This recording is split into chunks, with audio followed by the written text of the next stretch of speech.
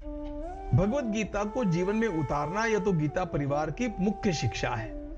हम अपने ध्येय वाक्य के रूप में गीता पढ़े पढ़ाए जीवन में लाए, ऐसा कहते हैं। अब आपने एकदम काम क्रोध की बात कर दी। हम इस बात को यहां से आरंभ नहीं करते हैं। Let first in come first. Gita का जीवन में उतारने का आरंभ करना है तो कहां से करेंगे? भगवत गीताकार कहते हैं पहले समय से सोना, समय से जगना, समय से खाना पीना, बहुत नहीं खाना, बहुत उपवास नहीं करना, ये पहले आरंभ करो। युक्त आहार विहारस्य युक्त चेष्टस्य कर्मसु युक्त स्वप्नावबोधस्य योगो भवति दुःखः। तो काम क्रोध की बात बाद में करेंगे, पहले रेगुलेट योर लाइफ। आज के व्यक्ति को यही करना कठिन हो रहा है, इसलिए अपने जीवन को अनुशासित करना पहली आवश्यकता है। फिर दूसरी बात भगवान कहते हैं रेगुलेट योर ब्रीथ।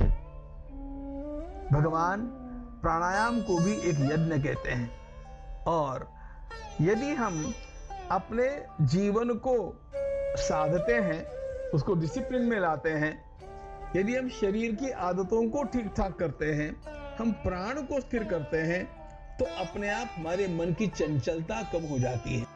आपने जो कहा वो बात बिल्कुल सत्य है कि एकदम काम क्रोध के विहीन जीवन कैसे हो जाएगा। अर्जुन ने भी यही कहा है कि कृष्ण ये तो मुझे बड़ा कठिन काम लगता है। भगवान ने कहा कठिन तो है, लेकिन जितना कठिन तुम समझते हो उतना कठिन नहीं है। प्रैक्टिस की जाए तो वो सरल भी हो सकता है। असंशयम महाबाहो मनो दुर्निग्रहम चलम अभ्यासेन तो कौन्तेय वैराग्येन से गृह्यते। भगवान कहते हैं उसका अभ्यास, प्रैक्टिस करना आरंभ करो।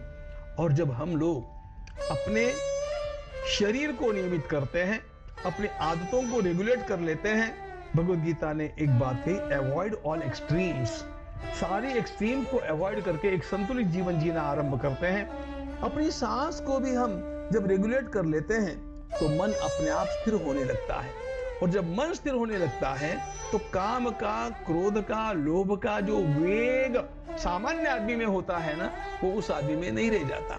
भगवान ये कहते हैं आपका काम भले पूरा नष्ट नहीं होगा, आपका क्रोध पूरा भले ही नष्ट नहीं होगा, काम क्रोधोद्भवम वेगम, लेकिन उसका जो आवेग है, उसका जो एकदम से आपके ऊपर आने वाला आक्रमण है, वो नष्ट हो जाना चाहिए। आदमी काम के आवेग में कुछ गलती करता है, क्रोध के आवेग में किसी का अपमान कर देता है, ये आवेग कम हो गया तो आदमी रेगुलेट हो जाता है। फिर इसका और अभ्यास करते करते ये निश्शेष भी हो सकते हैं, ये रहेंगे फिर भी ये उपद्रव नहीं करेंगे। दिया सलाई हमारे पास होती है, वो उपयोगी है, समय पर उससे दीपक जलाते हैं, लेकिन उस दिया सलाई को हम अपने पास में रखते हैं। आग भी लगा सकती है और उपयोगी भी हो सकती है। इस प्रकार हमारे विकार हमारे नियंत्रण में रहेंगे तो उपसर्ग नहीं करेंगे, उपयोगी हो।